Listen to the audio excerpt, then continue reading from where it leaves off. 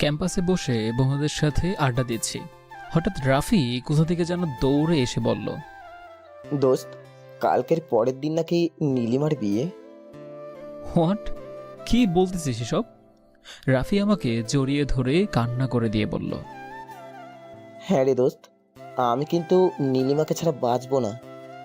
Please Rafi, তুই শান্ত হ। তোর নীলিমা তোরই থাকবে। প্লিজ শান্ত হ।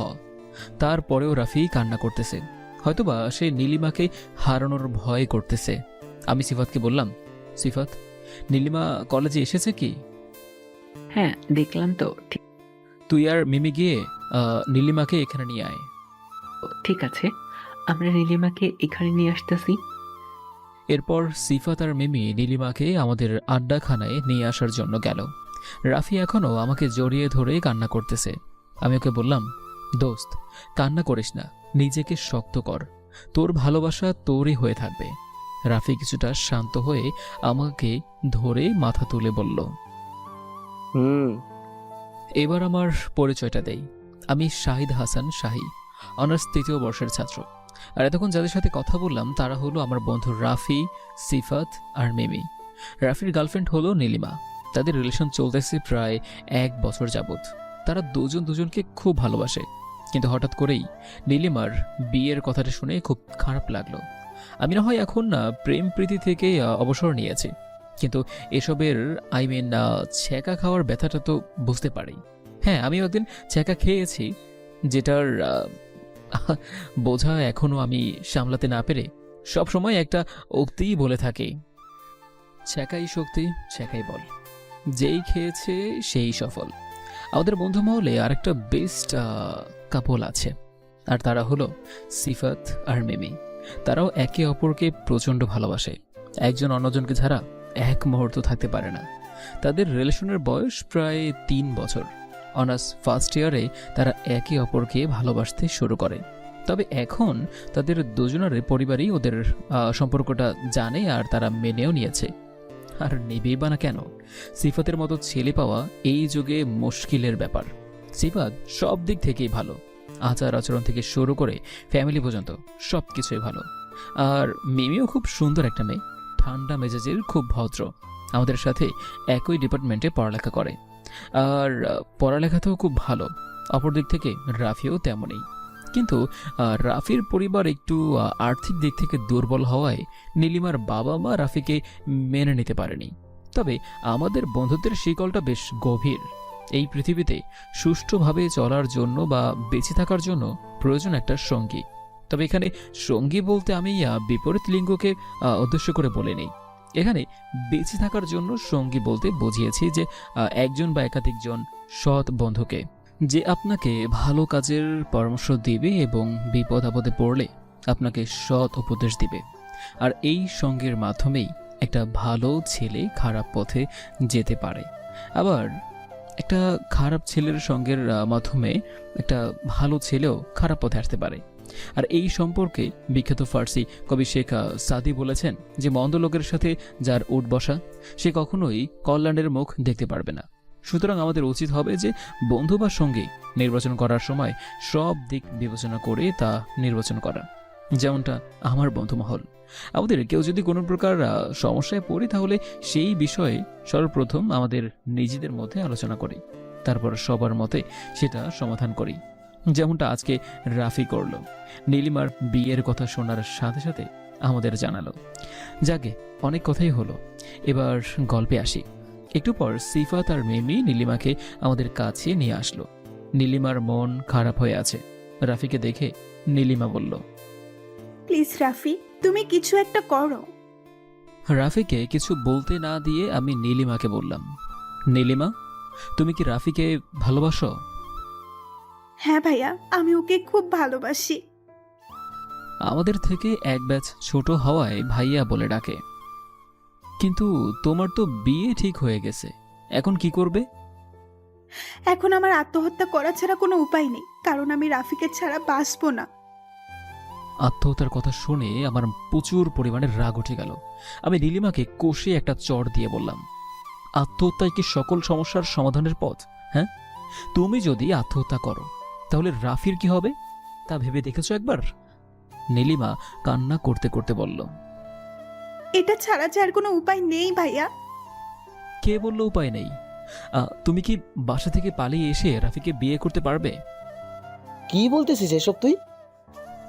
দেখ ভাই, এটা ছাড়া আমাদের আর কোনো উপায় নেই। হ্যাঁ, আর তুই যদি এখন বিয়ে না করিস তাহলে তোরা দুজন একে অন্যকে সারা জীবনের জন্য হারিয়ে ফেলবি। এখন বল, তোরা পারবি কি না? আমার কথা শুনে নীলিমা কিছুটা চুপ করে থেকে বলল, হ্যাঁ ভাইয়া, আমি পারবো। হ্যাঁ, আমিও রাজি। গুড, তাহলে আজকেই তোদের বিয়ে। সিফাত, তুই আজকে রাতের জন্য একটা হোস্টেল বা বাসা বুক কর, যেখানে আজকে রাফি আর নীলিমার বিয়ে হবে। আরে বাসায় নেওয়ার কি আছে, আমাদের একটা বাসা এখন ফাঁকা আছে, সেখানেই হবে। ঠিক আছে। আর নীলিমা, তুমি সন্ধ্যা 7টার সময় সিফাত যেই ঠিকানাটা দিবে সেখানে চলে এসো। ঠিক আছে ভাইয়া। আর আসতে যদি কোনো সমস্যা হয় তাহলে আমাকে জানাবে, আমি গিয়ে নিয়ে আসব। আচ্ছা ভাইয়া। আজকে আর কেউ ক্লাস না করে বাসায় চলে আসলাম, কারণ আজকে রাফি আর নীলিমার বিয়ে, তাই কিছু কাজ আছে, সেগুলো করতে হবে। বাসায় এসে বাইকটা পার্ক করে দরজার কাছে এসে কলিং বেল বাজাতেই মামি এসে দরজাটা খুলে দিল। মামি আমাকে এই সময় বাসায় আসতে দেখে বলল, কি হয়েছে আব্বু তোর? এই সময়ে আসলি যে, কিছু হয়েছে নাকি? না মামি, আমি ঠিক আছি, এত চিন্তিত হওয়ার কিছু নেই। মামি আমার কপালে চুমু দিয়ে বলল, বারে, আমার একটা মাত্র ছেলে, তার জন্য চিন্তা না করে পারি? আচ্ছা দেখি সাইড দাও, আমি ফ্রেশ হয়ে আসি। ঠিক আছে, যা। আমি রুমে এসে ফ্রেশ হওয়ার জন্য ওয়াশরুমে ঢুকলাম। আসলে মামির কোনো ছেলে না থাকায় আমাকে নিজের ছেলে হিসেবে দেখে। শুধু মামিই নয়, মামাও আমাকে তার ছেলের মতোই ভালোবাসে। আর হ্যাঁ, আমি আমার মামার বাসায় থেকে লেখাপড়া করছি। আমার বাসা নওগাঁ জেলায়। কোনো এক কারণে আজ আমি আমার সেই সোনার শহর ছেড়ে রাজশাহীতে মামার বাসায় পাড়ি জমিয়েছি। তবে এখানে থাকার জন্য যথেষ্ট কারণ আছে। ওয়াশরুম থেকে ফ্রেশ হয়ে বের হলাম। একটু পরে জোহরের আজান দিল। নামাজ পড়ে লাঞ্চ করার জন্য নিচে আসলাম। নিচে নেমে দেখি মামা আর মামি সোফায় বসে আছে। আমি গিয়ে মামা আর মামির মাঝখানে বসলাম। মামা আমার হাত বুলিয়ে দিতে দিতে বলল, আব্বু, তোমার লেখাপড়া কেমন হচ্ছে? ভালো হচ্ছে মামা। মামা, তোমার একটা হেল্প লাগবে। কি হেল্প আব্বু? আসলে মামা, আমার এক ফ্রেন্ড মানে রাফি একটা মেয়েকে ভালোবাসে, আর মেয়েটাও রাফিকে ভালোবাসে। কিন্তু সমস্যা হলো মেয়েটার বাবা মেয়েটাকে বিয়ে দিয়ে দিচ্ছে, আর মেয়েটা মানে নীলিমা যদি রাফিকে না পায় তাহলে আত্মহত্যা করবে। ও, তাহলে আমাকে কি করতে হবে? আমরা ঠিক করেছি আজকে রাফি আর নীলিমার বিয়ে দিয়ে দেব। আর দেখো, বিয়ে যদি না দিই তাহলে দুজন দুজনকে হারিয়ে ফেলবে। এতে কে কখন কি করে বসে তা তো বলা যায় না। আর তোমার কাজ হলো বিয়ে হওয়ার পর যত প্রশাসনিক সমস্যা হবে তা সলভ করা। সমস্যা নেই, আমি এই দিকটা সামনে নিব। কিন্তু রাফির পরিবার কিংবা রাফি যদি মেয়েটাকে ছেড়ে দেয় তাহলে কিন্তু সমস্যা হতে পারে। না না, কখনো ছেড়ে দিবে না, এটা আমার বিশ্বাস। তারপরও আমি ভালোভাবে বলবো। ঠিক আছে। তো আব্বু, কখন বিয়ে হবে? রাতে মামি। ও আচ্ছা, অনেক কথাই হলো, চলো এবার লাঞ্চ করবে। হুম, চলো। মামি, তিশা এখনো কলেজে আসেনি? তিশা হলো আমার একমাত্র মামাতো বোন, এবার মেডিকেল সেকেন্ড ইয়ারে। না, এখনো আসেনি, আজকে নাকি আসতে দেরি হবে। ও চলো খাবে। চলো।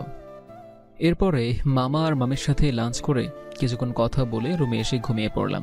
বিকেলে ঘুম থেকে উঠে আসরের নামাজ পড়ে রুম থেকে বের হয়ে দেখি তিশা সোফায় বসে টিভি দেখতেছে, আর আমাকে দেখেই বলল, ভাইয়া, আজকে নাকি তোর কোনো এক বন্ধুর বিয়ে? হ্যাঁ রাফির। তো কিছু বলবি? বলছিলাম তুই কবে বিয়ে করবি?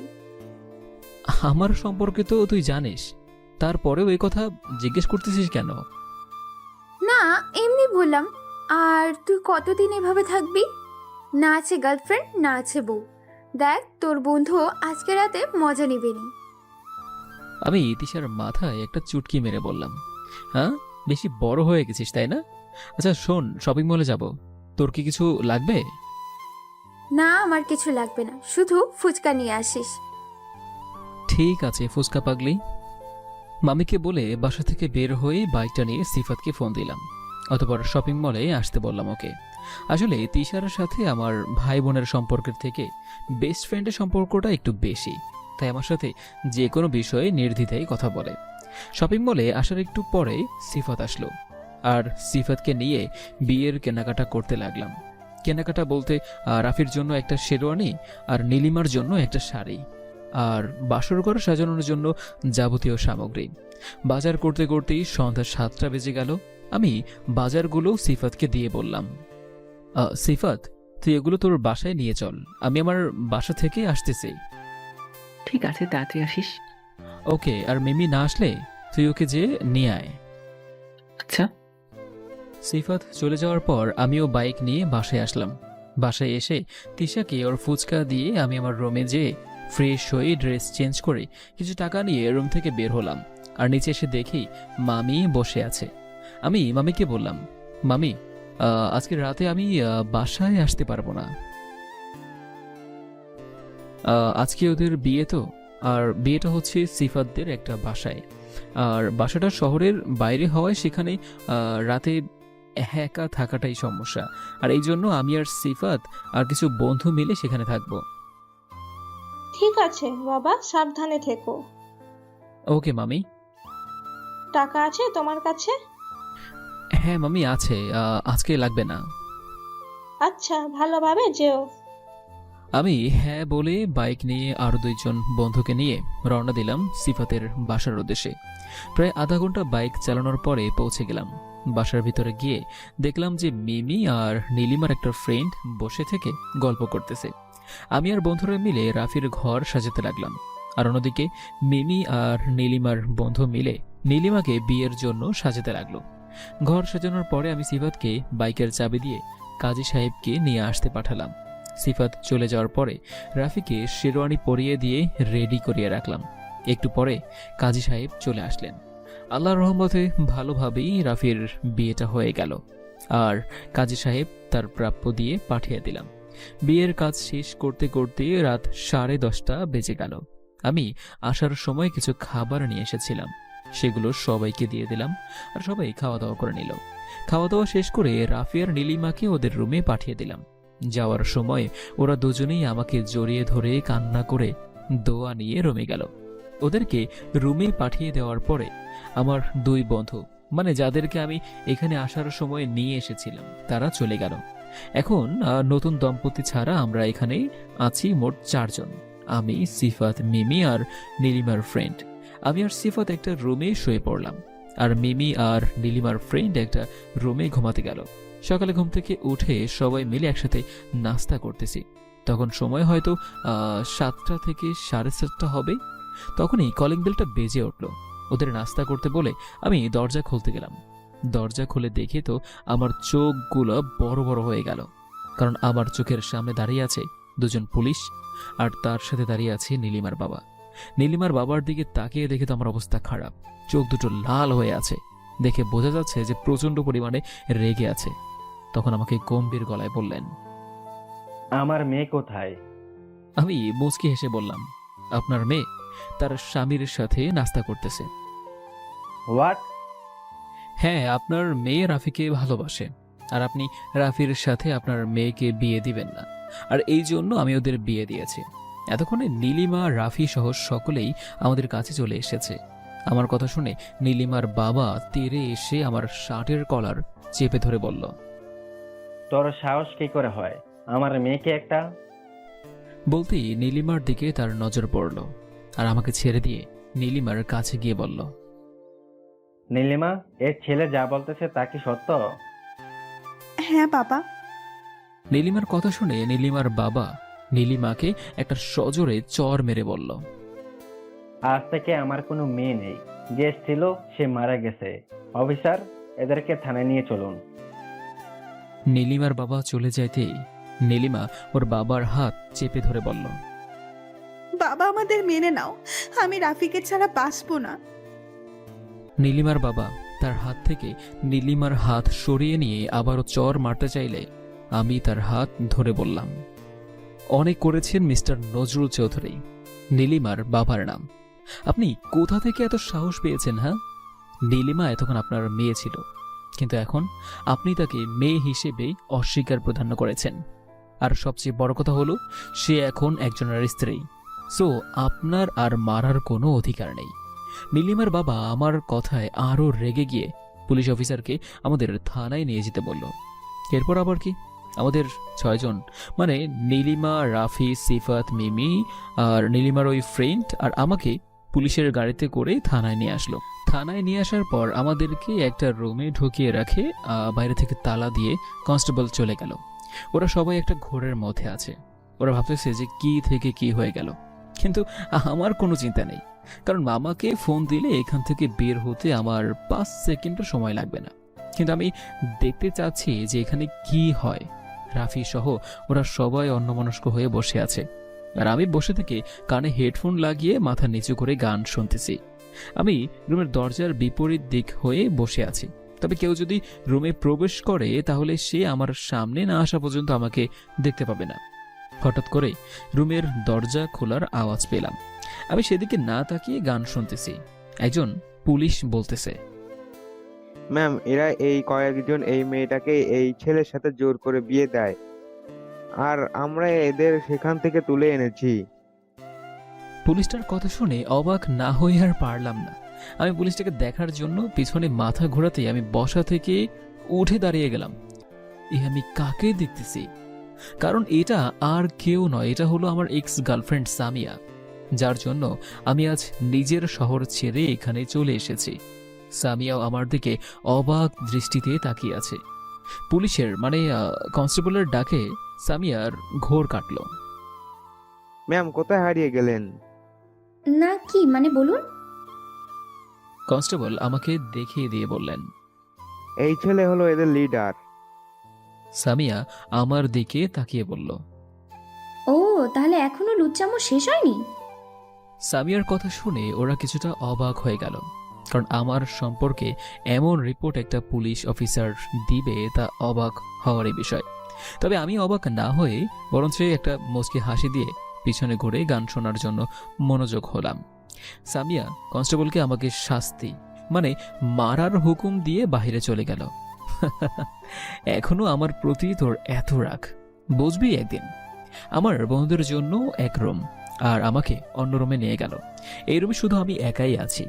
আর একটু পরে কনস্টেবল একটা রশি নিয়ে এসে আমাকে বাঁধলো, আর বাঁধার পরে যেই না আমাকে মারতে যাবে ঠিক তখনই আমার এই রুমে একজনের আগমন ঘটল। তাকে দেখার পরে কনস্টেবল সাহেব আমাকে মারার জন্য যেই লাঠি হাতে নিয়েছিল তা ফেলে দিয়ে সেই আগন্তুকের কাছে চলে গেল। আর সেই আগন্তুক লোকের চোখে মুখে ছিল স্পষ্ট রাগের ছাপ। আর এরপরে সেই লোকটা ধীরে ধীরে আমার কাছে আসলো, আর তার পিছে পিছে আসতেছিল সামিয়া সহ এই থানার সকল পুলিশ। সেই লোকটা আর কেউ নয়, সেই লোকটা হলো আমার মামা। মামা আমার কাছে আসতেই আমি সামিয়ার দিকে তাকিয়ে একটা মুচকি হাসি দিলাম।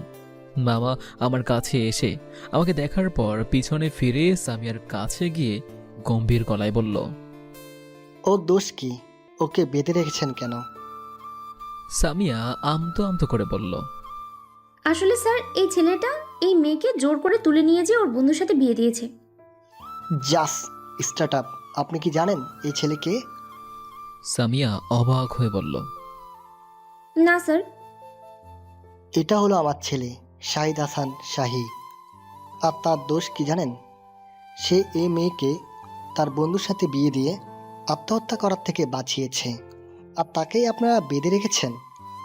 সামিয়া মাথা নিচু করে বলল, সরি স্যার, আমরা বুঝতে পারিনি। কনস্টেবল ওনাকে ছেড়ে দিন। এরপর কনস্টেবল এসে আমার রশিগুলো খুলে দিল।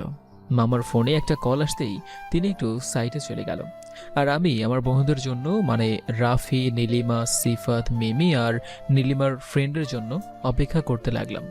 তবে আমি থানার মধ্যে একটা রুমে বসে আছি, মানে সামিয়ার কেবিনের সামনেই বসে আছি। একটু পরে আমার ফ্রেন্ডদের অন্য একটা রুম থেকে বের করে নিয়ে আসলো। আমি বসা থেকে উঠতেই দেখি নীলিমার বাবা নজরুল চৌধুরী থানায় প্রবেশ করলো। আমাদের এই অবস্থায় দেখে তিনি প্রচণ্ড রেগে গেলেন। তিনি ভেবেছিলেন আমাদের আটকে রাখা হবে আর তিনি এসে আমাদের ব্যবস্থা নেবেন, কিন্তু না, তিনি এসে আমাদের তার ভাবনার বিপরীত অবস্থায় পেলেন। আর নজরুল চৌধুরী রেগে গিয়ে সামিয়াকে বললেন, কি হলো ম্যাম, আপনি এদেরকে ছেড়ে দিয়েছেন কেন? মানে? কি মানে মানে করতেছেন? আমার মেয়েকে যারা জোর করে একজন ফকিরের বাচ্চার সাথে বিয়ে দিয়েছে আর তাদেরকে আপনি ছেড়ে দিয়েছেন? নীলিমার বাবার কথা শুনে মেজাজটা বিগড়ে গেল। যা বলার আমাদের বলবে, কিন্তু বাবা মাকে নিয়ে কথা বলায় রাগ উঠে গেল, কিন্তু নিজেকে ঠান্ডা রাখলাম। হঠাৎ মামা পিছন থেকে রুমে ঢুকতে ঢুকতে বলল, মায়েটা না হয় আমিই বলতেছি মিস্টার নজমুল চৌধুরী। নীলিমার বাবা মামাকে দেখে বলল, আরে স্যার, আপনি এখানে এসেছেন ভালোই করেছেন। এই ছেলেগুলো আমার মেয়েকে তুলে নিয়ে এসে জোর করে বিয়ে।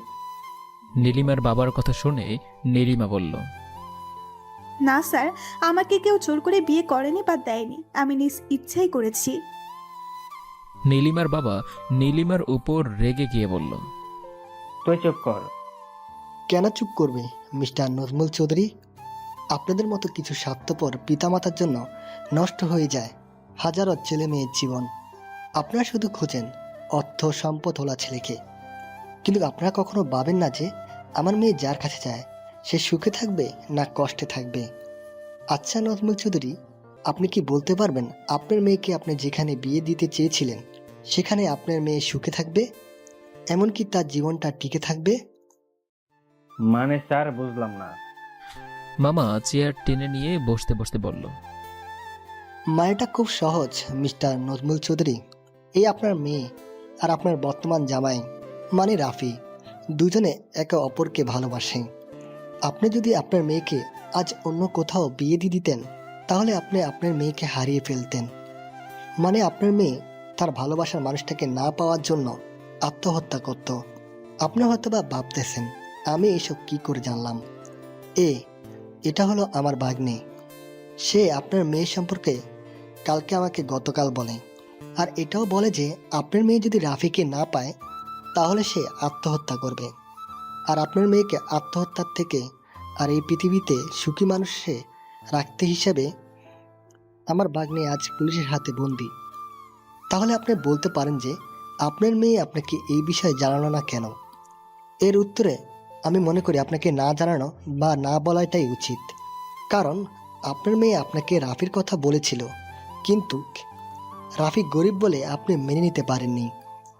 আজও আপনি রাফিকে ফকিরের বাচ্চা উপদে দিলেন। মামার কথা শুনে নীলিমার বাবা নিচের দিকে তাকিয়ে আছে। মনে হচ্ছে তার ভিতরে অনুশোচনা বোধ কাজ করতেছে। আর সামিয়া সহ এই রুমে যতগুলো লোক ছিল সবাই মামার মুখের দিকে তাকিয়ে মামার কথা শুনতেছিল। শুনেন, টাকা পয়সার মধ্যে সুখ শান্তি থাকে না। আপনার অনেক অর্থ সম্পদ আছে, কিন্তু আপনার মেয়ে আপনার কাছ থেকে আলাদা বা অনেক দূরে, যেখান থেকে আর কখনো ফিরবে না। তাহলে কি হবে আপনার এত অর্থ সম্পদ থেকে, যেখানে বাবা নামের ডাকটি আর শুনতে পারবেন না? কি হবে এত বাড়ি গাড়ি অর্থ সম্পদ থেকে, যেখানে সন্ধ্যার পরে বালিশে মাথা রেখে সন্তানের কথা ভেবে চোখের পানি দিয়ে বালিশ ভিজিয়ে পরিশেষে আপনার মেয়ে রাফির কাছে সুখে থাকবে। সুতরাং তাকে মেনে নেয়াই আপনার স্ত্রীও। মামার কথা শুনে সকলেই স্তব্ধ হয়ে গেল। আর নীলিমার বাবা কিছুক্ষণ চুপ করে থেকে রাফির কাছে এসে রাফির হাত ধরে কান্না করতে করতে বলল, প্লিজ বাবা, তুমি আমাকে ক্ষমা করে দাও। আমি না বুঝে এতদিন তোমাকে অপমান করেছি। আমি এতদিন অর্থ সম্পদ মোহে পড়ে অন্ধ হয়ে গিয়েছিলাম। আমি কখনো ভাবিনি আমার মেয়ে কার কাছে সুখে থাকবে আর কার কাছে দুঃখে থাকবে। কিন্তু আখতারুজ্জামান স্যারের কথা শুনে আমি বুঝতে পারলাম আমার মেয়ে তোমার কাছে সুখে থাকবে, আর আমার মেয়ের সুখেই আমার সুখ। আঙ্কেল, আপনি আমার বাবার বয়সী, আপনি আমার কাছে ক্ষমা চাচ্ছেন কেন? আরে আপনার জায়গায় যে কেউ হলে একই কাজ করতো। আমি আপনাকে আগেই ক্ষমা করে দিয়েছি আঙ্কেল। নীলিমার বাবা রাফিকে ছেড়ে দিয়ে এসে আমার মামাকে জড়িয়ে ধরে বলল, স্যার, আপনার জন্যই আজ আমি আমার মেয়েকে সঠিক ছেলের হাতে তুলে দিতে পেরেছি। ধন্যবাদ আপনাকে। আমাকে ধন্যবাদ দেওয়ার কিছু নেই, ওদেরকে মেনে নিলে আমি খুশি হব। ঠিক আছে স্যার। এরপরে নীলিমার বাবা নীলিমার কাছে এসে নীলিমার হাত ধরে বলল, মারে, আমাকে ক্ষমা করে দে, আমি না বুঝে তোদের ভালোবাসাকে অপমান করেছি। নীলিমা ওর বাবাকে জড়িয়ে ধরে বলল, বাবা, আমি তোমাকে মাফ করে দিয়েছি, তুমি শুধু আমাদের মেনে নাও। হ্যাঁ রে মা, নিয়েছি তোদের মেনে। রাফি বাবা, তোমার বাবার নাম্বার দাও। এই নিন আঙ্কেল। আঙ্কেল কি? হ্যাঁ, আমাকে বাবা ডাকবে। ঠিক আছে বাবা। গুড। এরপরে নীলিমার বাবা আমার কাছে এসে বলল, বাবা সাদি, তুমি আমাকে মাফ করে দাও। তুমি আমার মেয়ের সুখের জন্য এত কিছু করেছো, আর আমি আঙ্কেল, এখানে ক্ষমা করার কিছুই নেই, আপনি ওদের মেনে নিয়েছেন, এতেই আমি খুশি। এরপরে নীলিমার বাবা সহ সবার কাছ থেকে তার পূর্বের ব্যবহারের জন্য ক্ষমা চাইলেন, আর সবাই তাকে ক্ষমা করে দিল। এরপরে তিনি আরও কিছু কথা বলে রাফি আর নীলিমাকে তার বাড়িতে যেতে বলে থানা থেকে চলে গেলেন। এরপরে মামাও কিছুক্ষণ কথা বলার পর তিনিও তার অফিসে গেল। এখন শুধু আমি, রাফি, নীলিমা, আমার বন্ধুরা আর সামিয়া রুমে আছি। রাফি আমাকে জড়িয়ে ধরে বলল, দোস্ত, তোকে যে কি বলে ধন্যবাদ দিব তা খুঁজে পাচ্ছি না। শালা, ধন্যবাদ দিতে হবে না, এখন রেস্টুরেন্টে নিয়ে গিয়ে কিছু খাওয়া। থানায় আসার সময় ভেবেছিলাম যে তারা হয়তো কিছু খেতে দিবে, কিন্তু তা না করে তারা রাগ নিয়ে বাঁচে না। সামিয়াকে একটু শুনিয়ে শুনিয়ে বললাম। আমার কথা শুনে সামিয়া আমার দিকে একটু ভোরও কুচকে তাকালো। সিফাত হাসতে হাসতে বলল, আর একটু পরে তোর মামা আসলে পুলিশ ম্যাম তোকে সকালে নাস্তা করিয়ে দিত। আমি পকেটে হাত ঢুকিয়ে দিয়ে বললাম, তোদের পুলিশ ম্যাম আমাকে মারবে? সাহস থাকলে আমার গায়ে একটু হাত দিতে বল। আমার কথা শুনে সামিয়া আরো ক্ষেপে গেল। এখানে আর না থেকে তার কেবিনেই চলে গেল। আর সামিয়ার এরকম ব্যবহার দেখে ওরা কিছুটা অবাক হলো। আমি এই বিষয়টাকে এড়িয়ে নেওয়ার জন্য রাফিকে বললাম, কিরে, কখন খাওয়াবি সেটা বল। ভাইয়া চলেন, আমি আপনাদের খাওয়াবো। তুমি থামো, আজ আমরা রাফির থেকে খাবো। ঠিক আছে, আমি তোদের খাওয়াবো, চল। এরপরে আমরা সবাই থানা থেকে বের হয়ে আসলাম, আর আমি বের হয়ে এসে ওদেরকে বললাম, তোরা চল, আমি আসতেছি। কোথায় যাবি আবার? আসতেছি, তোরা চল। ওদেরকে এই কথা বলে আমি আবার থানায় আসলাম, আর থানায় এসে সোজা সামিয়ার কেবিনে গেলাম। রুমে ঢুকে দেখে মিস রুমে নেই। আমি একটা চেয়ার টেনে বসে পড়লাম। একটু পরে ম্যাম ওয়াশরুম থেকে বের হয়ে আসলো। আমাকে তার রুমে দেখে তেড়ে এসে আমার জামার কলার চেপে ধরে আমার মুখের কাছে তার মুখ নিয়ে এসে বলল, তোর সাহস কি করে হয় আমার অনুমতি ছাড়া আমার রুমে আসার?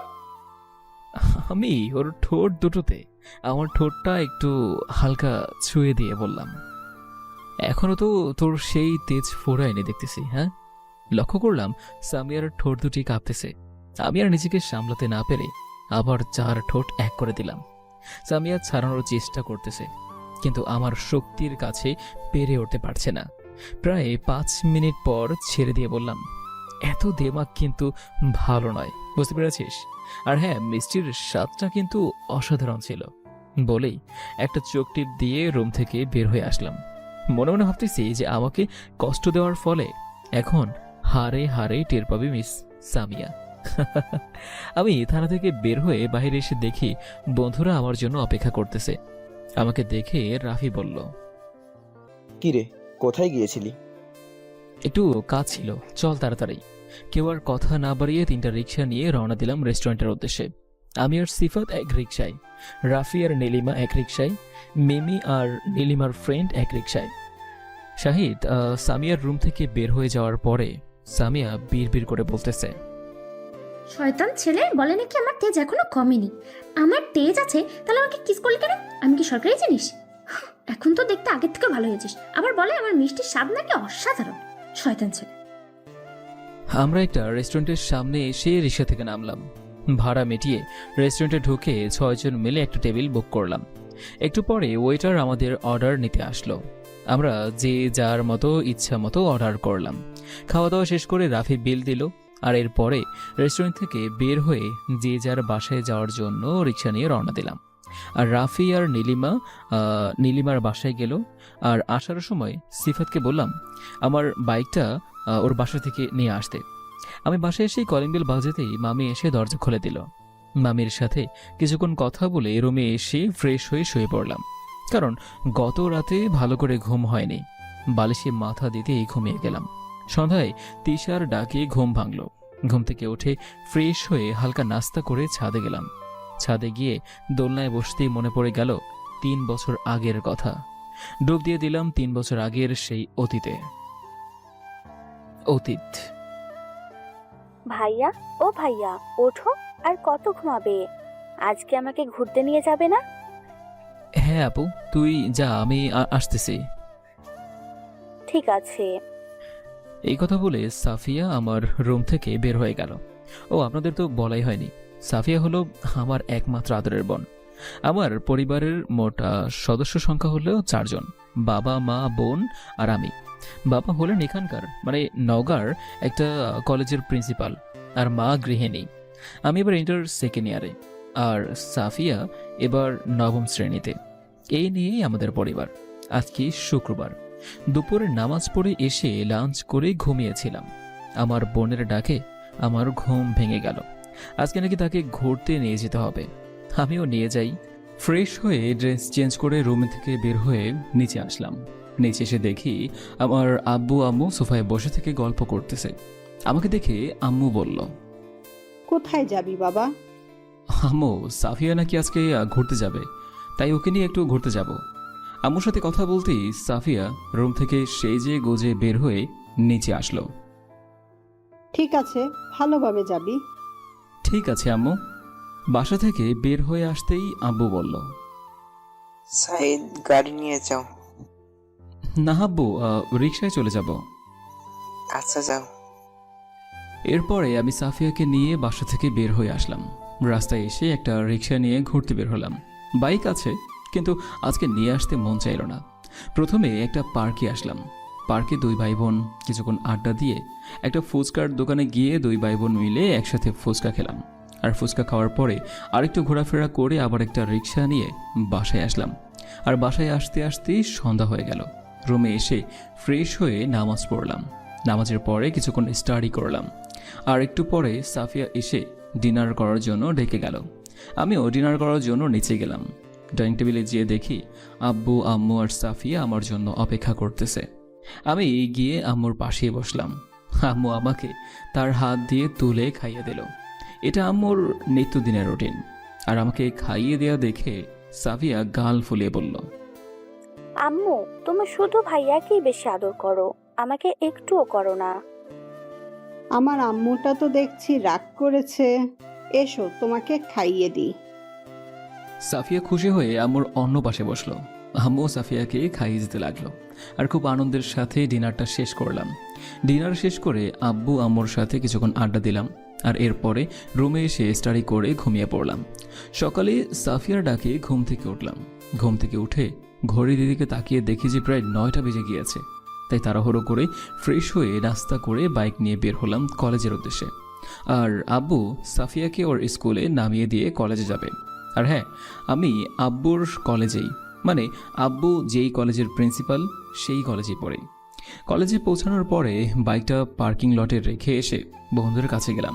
যেয়ে দেখি বন্ধুরা আমাদের আড্ডা দেওয়ার জায়গায় বসে আছে। আমাকে দেখে নীলা, আমার বন্ধু, আরও আছে ইকবাল, সাকিব, রিয়াদ আর মিতু, ওরা বলল, কি রে, এত দেরি করলি কেন আসতে?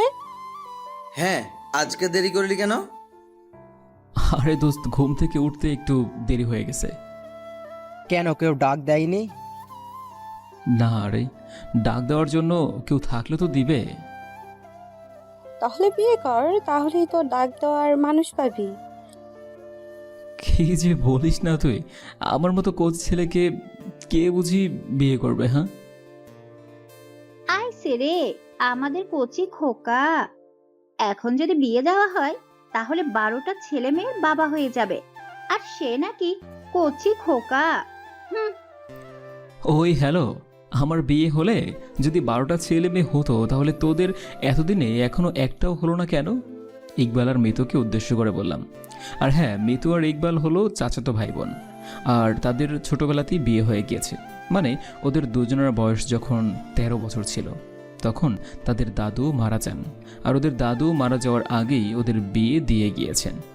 আর আমার কথা শুনে ইকবাল আর মিতু এরা বাধে সবাই অট্টহাসিতে মেতে উঠল। ইকবাল মিতুর দিকে তাকিয়ে মুচকি মুচকি হাসতেছে, আর মিতু নিচের দিকে তাকিয়ে মুচকি হেসে বলল, ওই হারামি, আমাদের মধ্যে বাচ্চা নেওয়ার জন্য এখনো কি কিছু হয়েছে?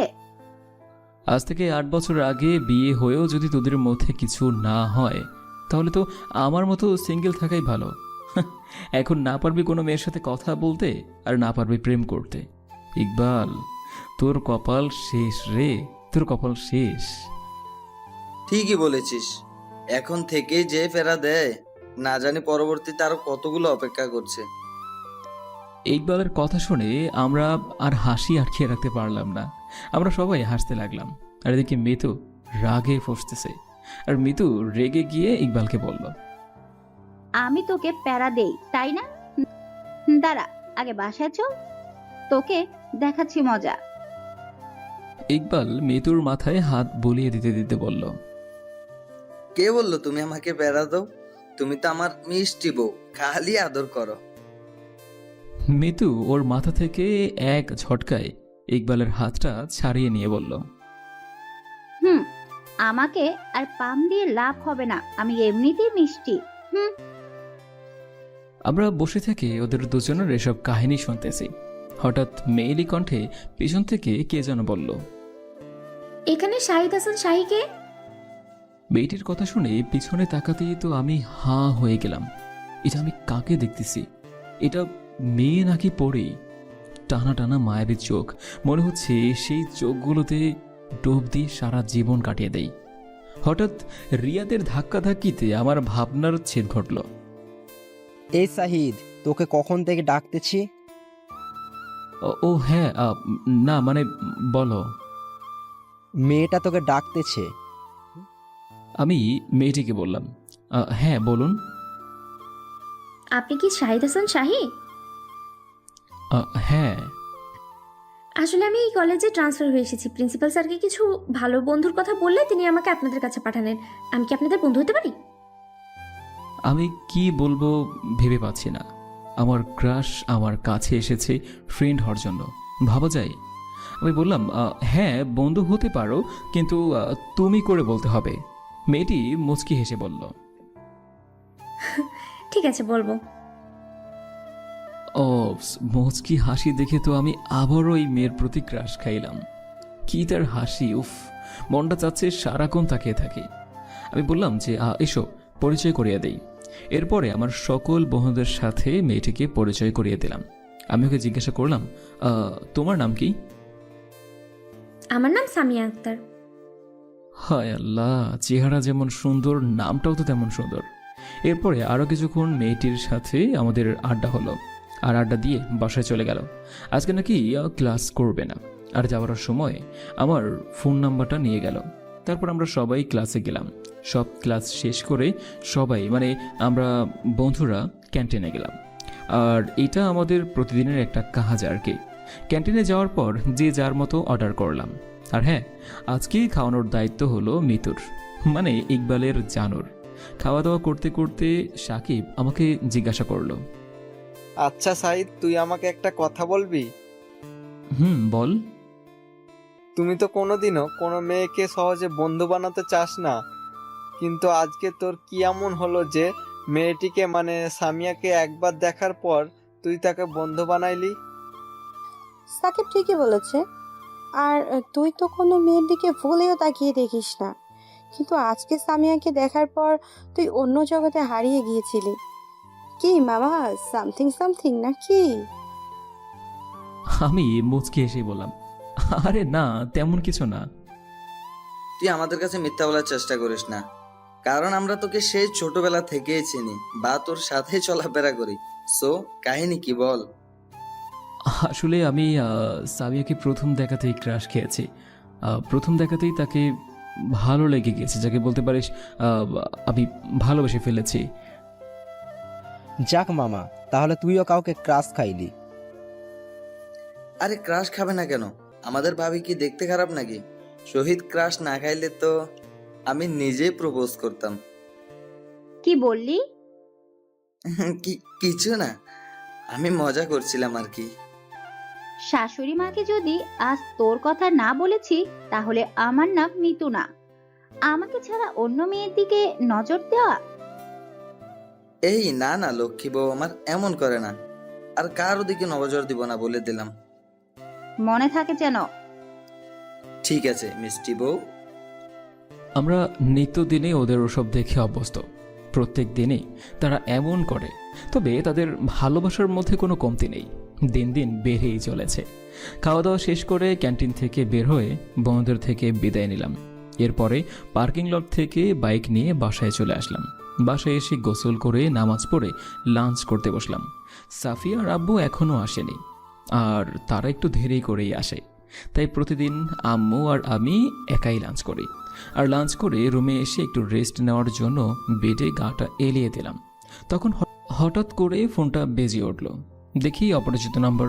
আমি রিসিভ করলাম, আর রিসিভ করতেই ওপাশ থেকে একটা মেইলি কণ্ঠে বলল, আসসালামু আলাইকুম। ওয়ালাইকুম আসসালাম। কে আপনি? চিনতে পারোনি? না, চিনতে পারিনি। কে আপনি? নাম বলুন। আজকে কাকে ফোন নাম্বার দিয়েছিলে? আমি একটু রেগেই বললাম, কই কাউকে দেইনি তো, আর পরিচয় না দিলে ফোন কাটলাম। আরে রেগে যাচ্ছ কেন? আমি সামিয়া। সামিয়ার কথা শুনে আমি শোয়া থেকে ধরফড় করে উঠে বসলাম। ও সামিয়া, আসলে আমি বুঝতে পারিনি। ঠিক আছে, সমস্যা নেই।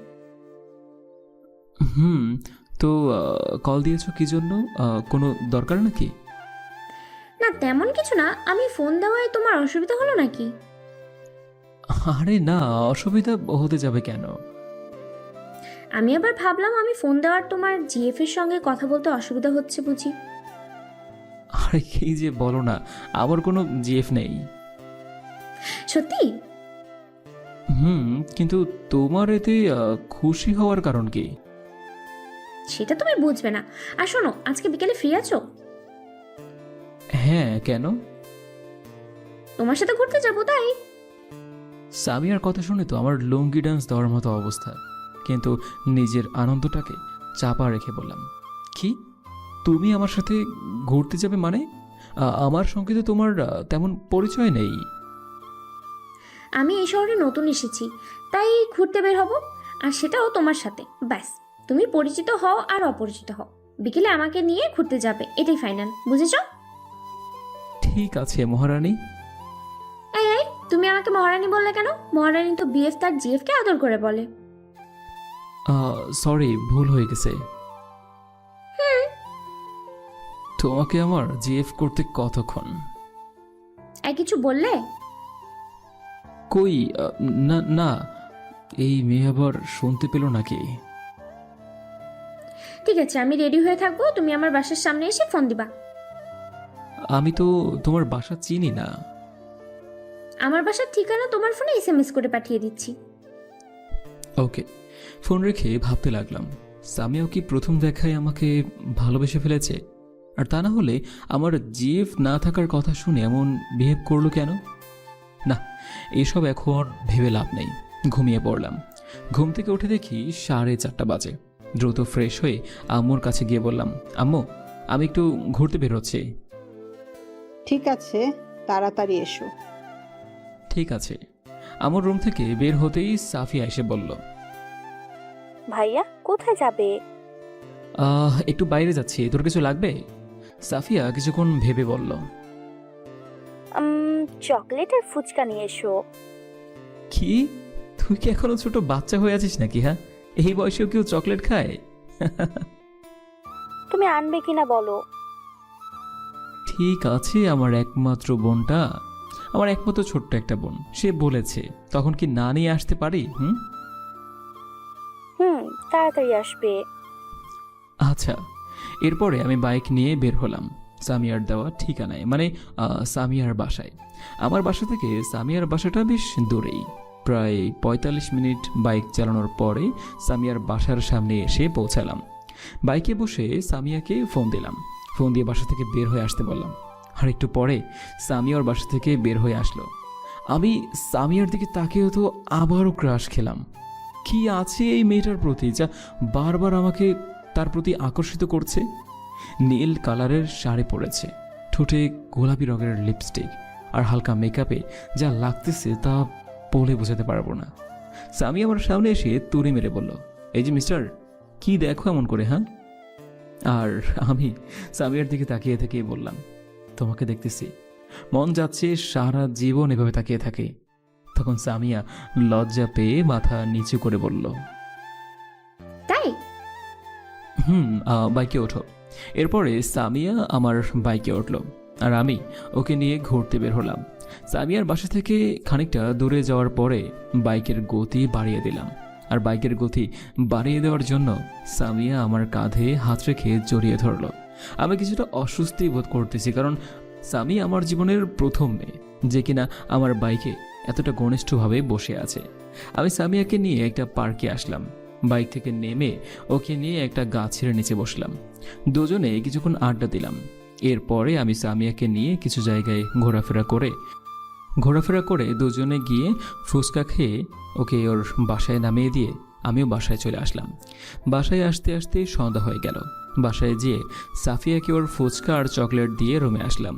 রুমে এসে ফ্রেশ হয়ে নামাজ পড়ে স্টাডি করতে বসলাম, আর এরপরে ডিনার করে রুমে এসে ঘুমিয়ে পড়লাম।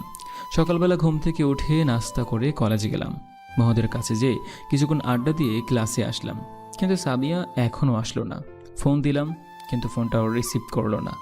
আমাকে এমন মন খারাপ করে থাকতে দেখে মিতু বলল, দোস্ত, মন খারাপ করিস না, ভাবি একটু পরেই চলে আসবে।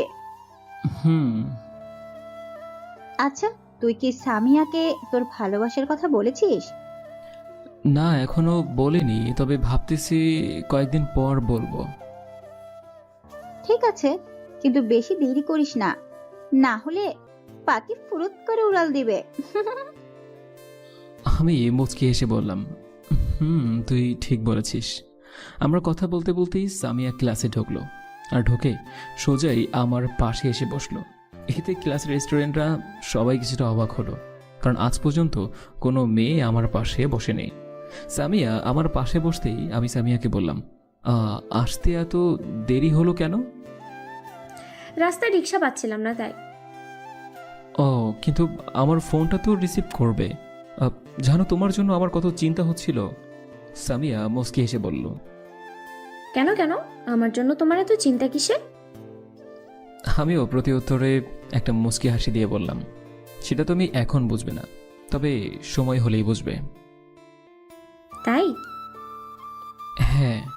এরপর ক্লাসে স্যার আসলো, একে একে সব ক্লাস করলাম। আর ক্লাস শেষ করে আমি, সামিয়া, ইকবাল, মিতু, নীলা, রিয়াদ আর সাকিব এই কজন ক্যান্টিনে গেলাম, আর আজকে আমি ওদেরকে খাওয়ালাম।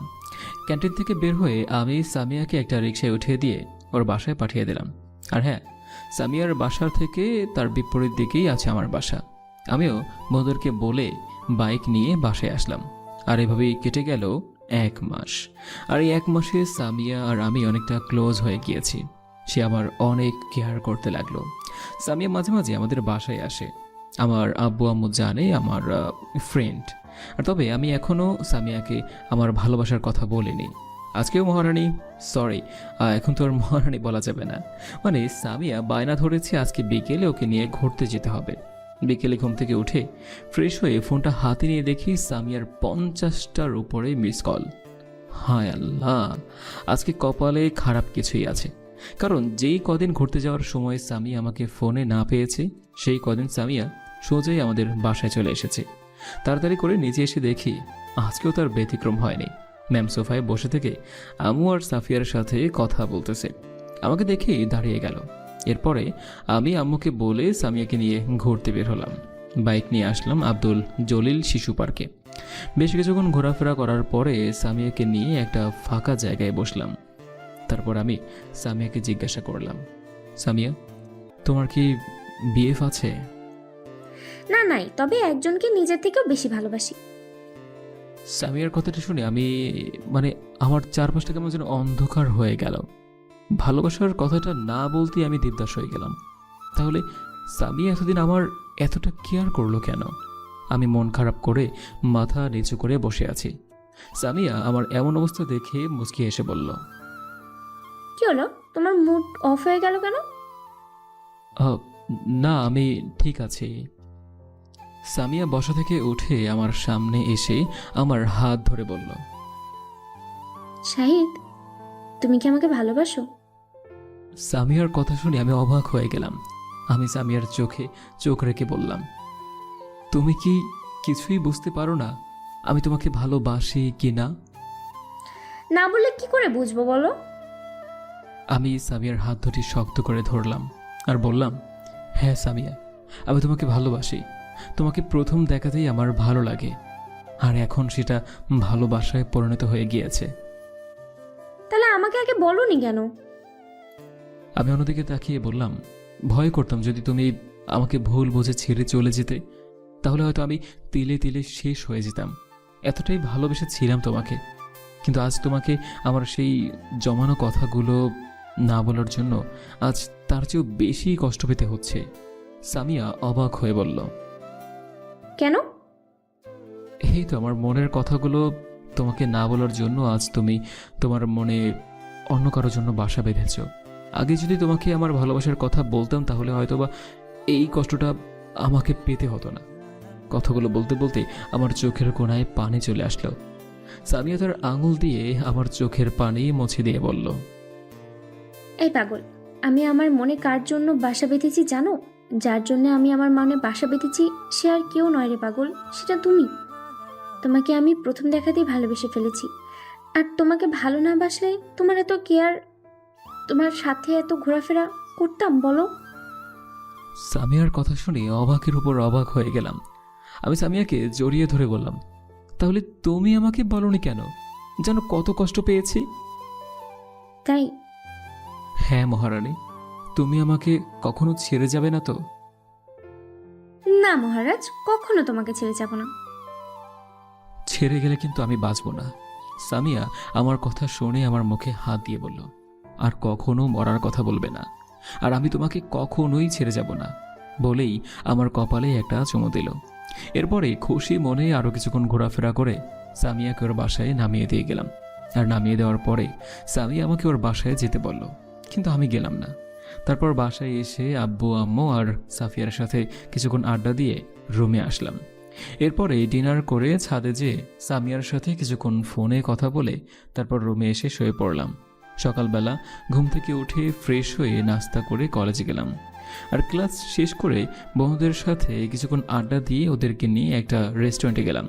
আমি ওদেরকে ইচ্ছে মতো খাইতে বললাম। খাওয়া দাওয়া শেষ করে বন্ধুরা আমাকে জিজ্ঞেস করলো কিসের জন্য আমি ওদেরকে ট্রিট দিচ্ছি। এরপরে আমি ওদেরকে আমার আর সামিয়ার সব কাহিনী বললাম। সামিয়া মাথা নিচু করে বসে আছে। এরপরে বাসায় আসলাম, আর বাসায় এসে গোসল করে নামাজ পড়ে লাঞ্চ করে ঘুমিয়ে পড়লাম। লেখাপড়া করে আড্ডা দিয়ে সামিয়াকে নিয়ে ঘোরাফেরা করে কাটিয়ে দিলাম একটি বছর। আর সামিয়া আমার ভালোবাসা আগের থেকেই অনেকটা জোরালো হয়েছে। তবে মাঝে মাঝে সামিয়া আমাকে সন্দেহ করে, আর আমি যদি মেয়েদের সাথে বন্ধুদের সাথে একটু কথা বলি তাহলে আমার সাথে ঠিকমতো কথা বলবে না। আর আমিও তেমন কিছু মনে করি না, হয়তো ভালোবাসাটা বেশি হওয়ার, আর এই জন্যই আমাকে সন্দেহ করে, পূর্ণ বিশ্বাস করতে পারছে না, তাই এমন করে হয়তো। পরবর্তীতে ঠিক হয়ে যাবে। আর কয়েকদিন পর আমাদের ইন্টার ফাইনাল পরীক্ষা। এখন লেখাপড়ায় একটু বেশি সময় দিতে হচ্ছে, আর যার ফলে সামিয়াকে বেশি সময় দিতে পারছি না। পরীক্ষা শুরু হয়ে গেল। পরীক্ষার মধ্যে সামিয়াকে নিয়ে তেমন ঘোরাফেরাও করা হয়নি, শুধু কথা হয়েছে। আজকে পরীক্ষা শেষ হলো, আল্লাহর রহমতে ভালোভাবেই পরীক্ষাটা দিলাম। সকালে ঘুম থেকে উঠে ফ্রেশ হয়ে নাস্তা করে সাফিয়া আর সামিয়াকে নিয়ে ঘুরতে বের হলাম, কারণ পরীক্ষার জন্য বেশ কয়েকদিন থেকে সামিয়াকে নিয়ে কোথাও ঘুরতে যাওয়া হয়নি। ঘোরাফেরা করে বাসায় আসলাম। বাসায় এসে গোসল করে জোহরের নামাজ পড়ে লাঞ্চ করে ঘুমিয়ে পড়লাম। আর এভাবেই কেটে গেল প্রায় 1 মাস। বিকেলে রুমে বসে আছি, তখন আম্মু এসে বলল, বাবা, তিশা তোদের মামাতো বোন আমাদের এখানে আসতেছে, তুই বাস স্ট্যান্ডে যেয়ে তিশাকে একটু নিয়ে আয়। তিশা কখন বাস স্ট্যান্ডে এসে পৌঁছাবে? আমাকে একটু আগে ফোন দিয়ে বলল আরও আধ ঘন্টা পরে এসে পৌঁছাবে। ঠিক আছে আম্মু, যাচ্ছি। তারপর বাইক নিয়ে বাসা থেকে বের হয়ে বাস স্ট্যান্ডে চলে আসলাম। আর আমাদের বাসা থেকে বাস স্ট্যান্ড আর বাইক নিয়ে আসতে 7 থেকে 8 মিনিট সময় লাগে। বাস স্ট্যান্ডে এসে বাইক থেকে নামতেই ফোনটা বেজে উঠল। পকেট থেকে ফোনটা বের করে দেখি সামিয়া ফোন দিয়েছে। রিসিভ করতেই সামিয়া বলল, এই কোথায় আছো তুমি? আমি তো একটু বাস স্ট্যান্ডে এসেছি। ও, কখন আসবে? প্রায় আধা ঘন্টা পর। ঠিক আছে, এসো। সামিয়ার সাথে কথা বলেই ফোনটা পকেটে রাখতেই তিশা যে বাসে আসার কথা ছিল সেটা চলে এসেছে। আর আধা ঘন্টা পরে আসার কথা ছিল, কিন্তু এখনই আসলো কেন? যাকে এসব ভেবে লাভ নেই।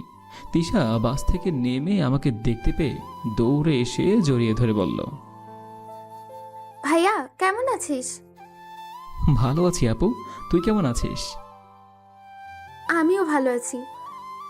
তারপর তিশাকে বাইকে উঠিয়ে নিয়ে বাসায় যাওয়ার জন্য রওনা দিলাম। মাঝ রাস্তায় এসে তিশা একটা ফুচকার দোকান দেখতে পেয়ে আমার কাছে বায়না ধরলো ফুচকা খাবে। আমিও আর না করলাম না, কারণ আমিও তিশাকে নিজের বোনের মতোই ভালোবাসি। বাইক থেকে নেমে দুজনে ফুচকার দোকানে গিয়ে বসলাম। তিশা আর আমি পাশাপাশি বসলাম। আর ফুচকার দোকানটা রাস্তার পাশে হওয়ায় যে কেউ আমাদেরকে রাস্তায় থেকে স্পষ্টভাবেই দেখতে পারবে। আর একটু পর ফুচকাওয়ালা মামা এসে 1 প্লেটে ফুচকা দিয়ে গেলেন, তবে 1 প্লেটেই ডাবল প্লেটের ফুচকা ছিল। আমি তিশাকে ফুচকা খাইয়ে দিচ্ছি আর তিশা আমাকে খাইয়ে দিচ্ছে। আর হ্যাঁ, ছোটোবেলায় যখন তিশা আমাদের বাসায় থাকতো তখন থেকেই কিন্তু আমি তিশাকে নিজের হাতে খাইয়ে দিতাম। বলতে পারেন যে আমার হাতে খাবার খাওয়া ছাড়া তিশার পেট ভরে না।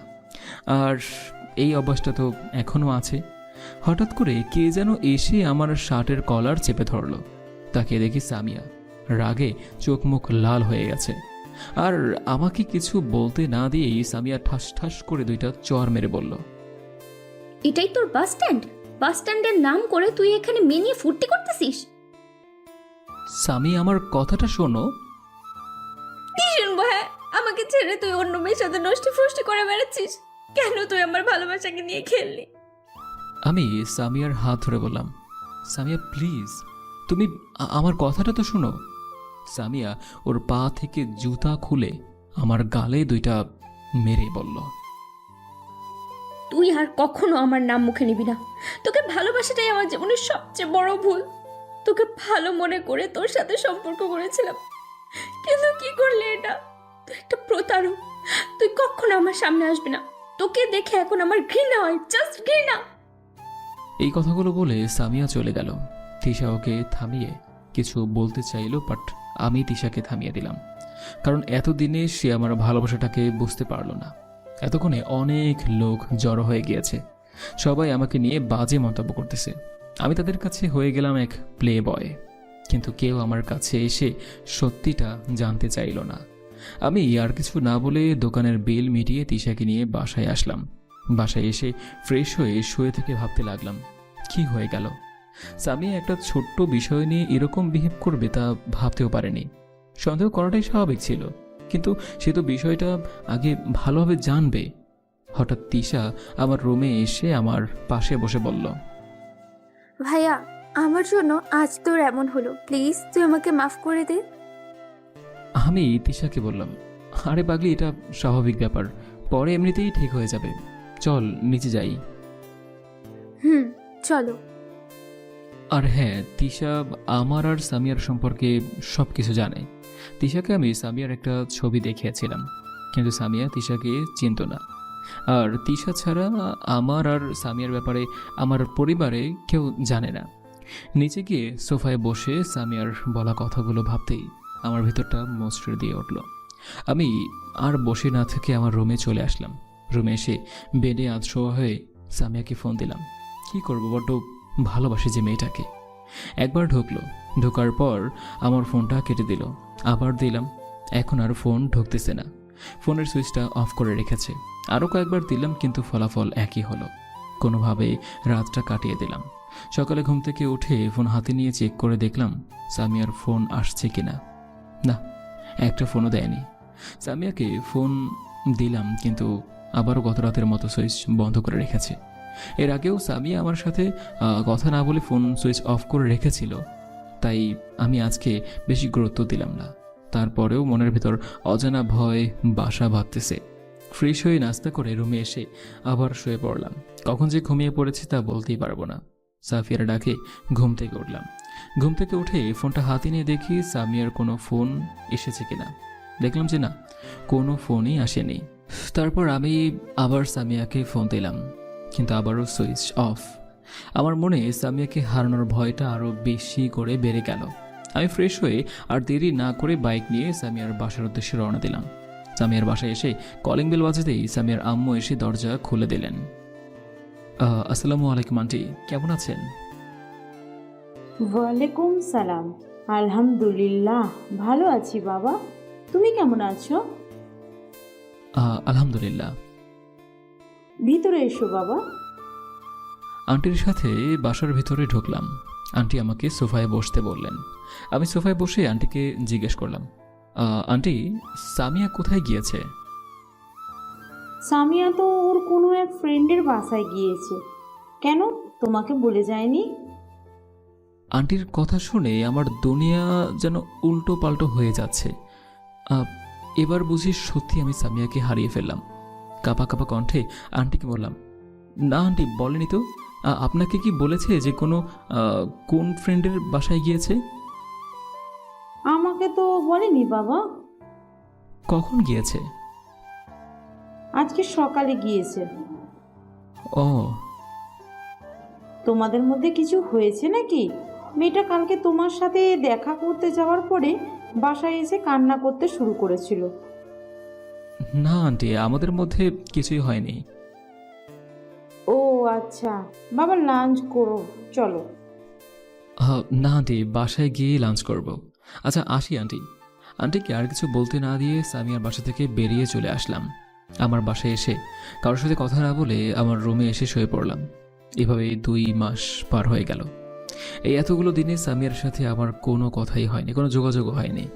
এই কয়েকদিনে আমি কারোর সাথে ঠিকমতো কথাও বলছি না।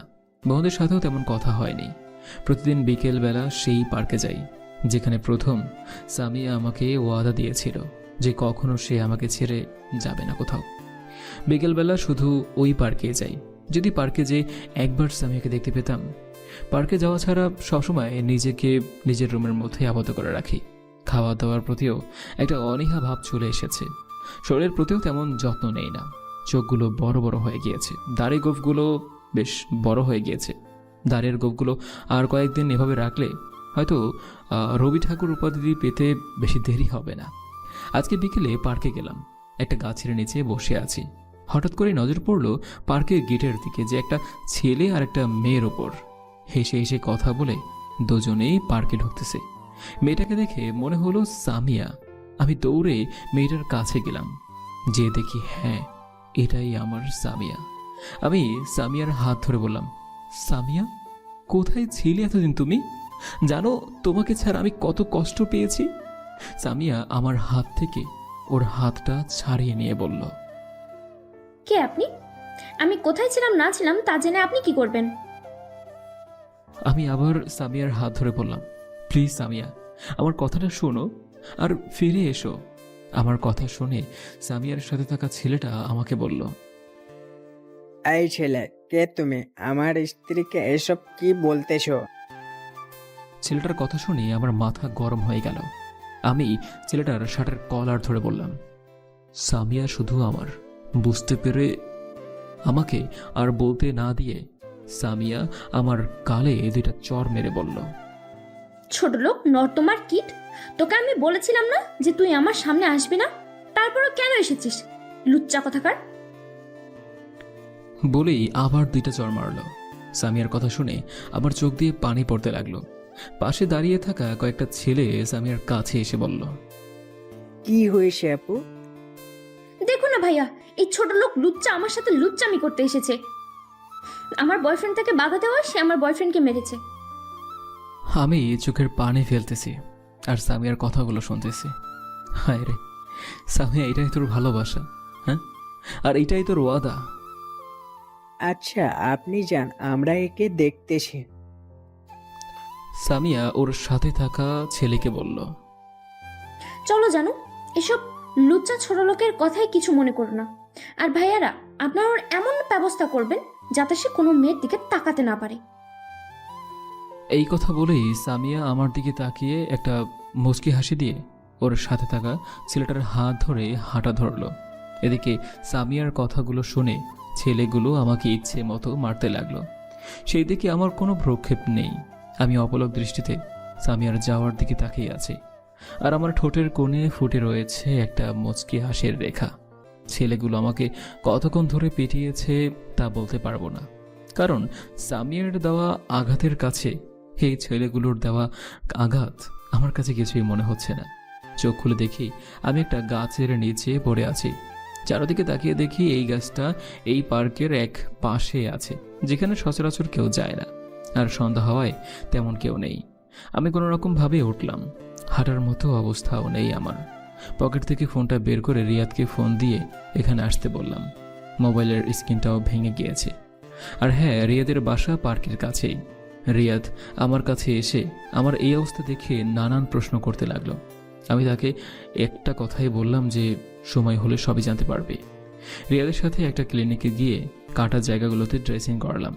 এরপরে কিছু মেডিসিন নিয়ে রিয়াদকে নিয়ে বাসায় আসলাম। রিয়াদ আমাকে বাসায় নামিয়ে দিয়ে ওর বাসায় চলে গেল।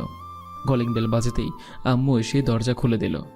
আম্মু আমার সব জায়গায় বেন্ডিস অবস্থায় দেখে কান্না শুরু করে দিল। আম্মু কি করে হয়েছে তা জানতে চাইল। আমি শুধু এটাই বললাম যে অ্যাক্সিডেন্ট হয়েছে। এসে দরজা বন্ধ করে কান্না করতে লাগলাম। কান্না করতে করতে কি হয়েছিল তা আমার আর মনে নেই। চোখ খুলে দেখি আমার মাথার কাছে আম্মু বসে আছে। সাফিয়া আর তিশা দুজনই আমার পাশে বসে আছে। ডাক্তার আমার চেক আপ করতেছে, আর আব্বু ডক্টরের পাশে দাঁড়িয়ে আছে। ভালোভাবে রুমটা পর্যবেক্ষণ করে দেখতে পেলাম যে এটা একটা হসপিটালের রুম। আমার চোখ খুলতে দেখে আম্মু আমার কপালে চুমু দিয়ে বলল, তোর জ্ঞান ফিরেছে বাবা?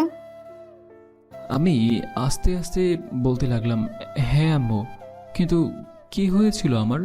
আমার কথা শুনে ডক্টর বলল, তোমার কি হয়েছে তা আমি বলতেছি। আজ থেকে 3 দিন যাবৎ তুমি জ্ঞান হারিয়েছিলে। ডক্টরের কথা শুনে তো আমি একদম অবাক হয়ে গেলাম। 3 দিন পর আমার জ্ঞান ফিরল। ডক্টরকে জিজ্ঞেস করলাম যে কি হয়েছিল আমার। অতিরিক্ত চিন্তা এবং না খেয়ে থাকার জন্য তোমার শরীরটা দুর্বল হয়ে পড়েছে, আর সেদিন অ্যাক্সিডেন্ট হওয়ার ফলে আরও দুর্বল হয়ে যায়, যার ফলে তুমি জ্ঞান হারিয়ে ফেলো, আর আজকে জ্ঞান ফেরে। ও, কয়েকদিন পর আমাকে হসপিটাল থেকে বাসায় নিয়ে আসা হলো। রুমে বসে থাকতেই তিশা আমার রুমে এসে আমার পাশে বসলো। বসে আমাকে জিজ্ঞাসা করলো, ভাইয়া তোর কি হয়েছিল, সত্যি করে বলবি? এরপরে আমি তিশাকে জড়িয়ে ধরে কান্না করতে করতে সেদিন পার্কে সামিয়ার সাথে ঘটে যাওয়ার সব কিছুই বললাম। তিশা আমার মাথায় হাত বুলিয়ে দিতে দিতে বলল, ভাইয়া সে যদি তোকে ছাড়া ভালো থাকে তাহলে তুই কেন তাকে ছাড়া ভালোভাবে থাকতে পারবি না? বড্ড বেশি ভালোবাসি যে তাকে। তাহলে আমি তাকে সব সত্যিটা বলে দিই। সে যদি আমাকে ছাড়া অন্য কাউকে নিয়ে ভালো থাকে তাহলে অযথা আমি কেন তার পথের কাঁটা হতে যাব? তাহলে তার কথা ভেবে নিজেকে কষ্ট দিচ্ছ কেন? আমি একটা মুচকি হাসি দিয়ে বললাম, কি আমি কষ্ট পাচ্ছি? আমি তো ঠিক আছি। চলো ডিনার করবে। চল। ডিনার করে রুমে এসে শুয়ে পড়লাম।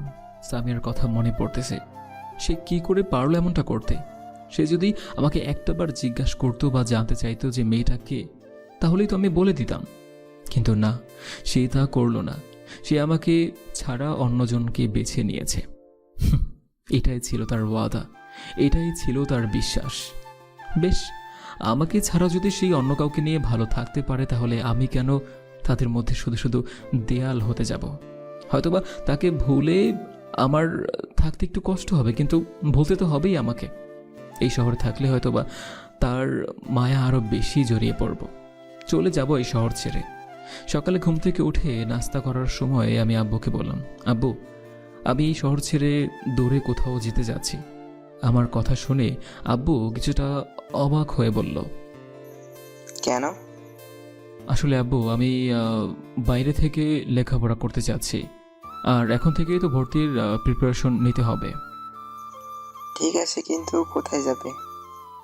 তিশা আমার কথার মর্ম বুঝতে পারে আর আব্বুকে বলল, আঙ্কেল, ভাইয়া যখন বাইরে থেকে লেখাপড়া করতে যাচ্ছে তাহলে আমাদের বাসায় পাঠিয়ে দেন। সেখানে ভার্সিটিতে ক্লাস করবে আর আমাদের বাসায় থাকবে। ঠিক আছে। আমার ছেলেকে আমি কোথাও যেতে দেব না। আম্মু, বোঝার চেষ্টা করো। এরপরে আমি আর তিশা অনেক বোঝানোর পর আম্মু আমাকে মামার বাসায় পাঠাতে রাজি হয়। এর কয়েকদিন পর আমি চলে আসলাম আমার চিরচেনার শহর ছেড়ে রাজশাহীর ব্যস্ত নগরীতে। আসার সময় আম্মু, আব্বু আর সাফিয়াকে জড়িয়ে ধরে প্রচুর কেঁদেছিলাম, কেননা কোনোদিন তাদেরকে ছেড়ে কোথাও থাকিনি। আর আজ রাজশাহীতে যাচ্ছি, জানি না কতদিন পর আবার নিজের শহরে যাব।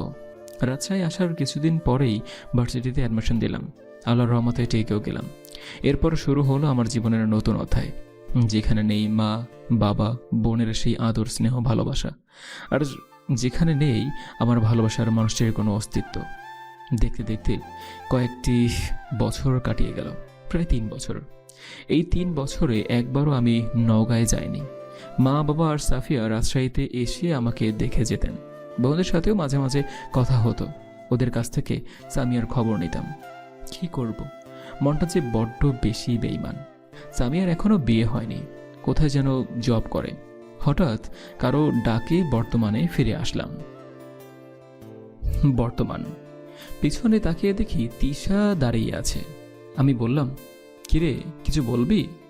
তিশা আমাকে জড়িয়ে ধরে কান্না করতে করতে বলল, আমাকে মাফ করে দিস ভাইয়া।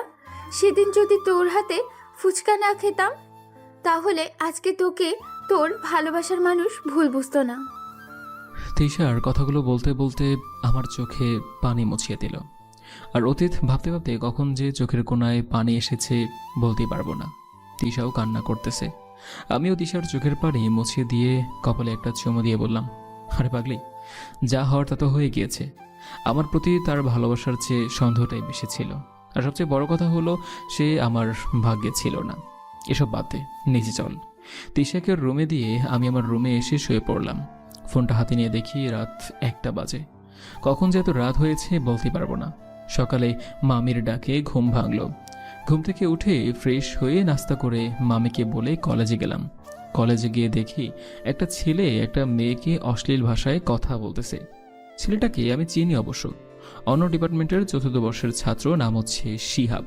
বাবা প্রভাবশালী হওয়ায় সে একটু ক্ষমতার বড়াই দেখায় আর কি। আর মেয়েটা হলো ফার্স্ট ইয়ারের। মেয়েটাকে অশ্লীল কথাবার্তা বলায় মেয়েটির বয়ফ্রেন্ড শিহাবকে চর মারতেই শিহাবের বন্ধুরা এসে মেয়েটার বয়ফ্রেন্ডকে মারতে লাগলো। শিহাবের একটা বন্ধু মেয়েটির বয়ফ্রেন্ডকে এমনভাবে মেরেছে যে তার নাক দিয়ে রক্ত বের হতে লাগলো। এটা দেখে আমার শরীরের ভিতরের অন্যায়ের প্রতিবাদকারী রক্তগুলো গরম হতে লাগলো। আমি রাফি আর সিফাতকে নিয়ে ওদের উপর ঝাঁপিয়ে পড়লাম। আর আমাদের একটা সংগঠন আছে যারা অন্যায়ের মোকাবেলা করতে সর্বদা নিয়োজিত।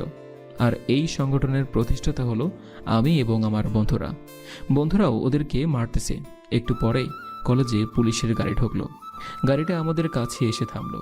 আর গাড়ি থেকে কিছু পুলিশ বের হয়ে এসে আমাকে আর আমার বন্ধুদেরকে, মানে যারা মারামারি করেছে, তাদেরকে গাড়িতে তুললো। আমিও কিছু বললাম না, কারণ এদেরকে কিছু বলে কোনো লাভ নেই, এরা অর্ডার প্রাপ্ত। আমি বন্ধুদেরকে চুপ থাকতে বললাম। আর একটু পরে আমাদেরকে থানায় নিয়ে যাওয়া হলো। গাড়ি থেকে নামিয়ে আমাদেরকে একটা লকআপে নিয়ে যাওয়া হলো। কিছুক্ষণ পরে সামিয়া রুমে প্রবেশ করলো আর হাতে একটা লাঠি সোজা আমার কাছে এসে বলতে লাগলো, মাস্তান হয়ে গেছিস না? দাঁড়া, আজ তোর মাস্তানে বের করতেছি। বলেই যখনই লাঠি দিয়ে আমাকে মারতে যাবে তখনই আমি সামিয়ার লাঠিটা এক হাত দিয়ে ধরে অন্য হাত দিয়ে সামিয়ার গালে ঠাস ঠাস করে চর লাগিয়ে দিয়ে বলতে লাগলাম,